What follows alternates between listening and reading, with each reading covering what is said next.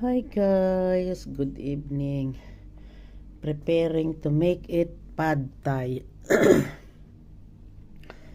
Yung aking toge, mukhang abutin ako ng siyam-siyam nito. Mag-alis ako ng ugat ng toge. Ayan yung ginawa kong toge, hahaba na siya.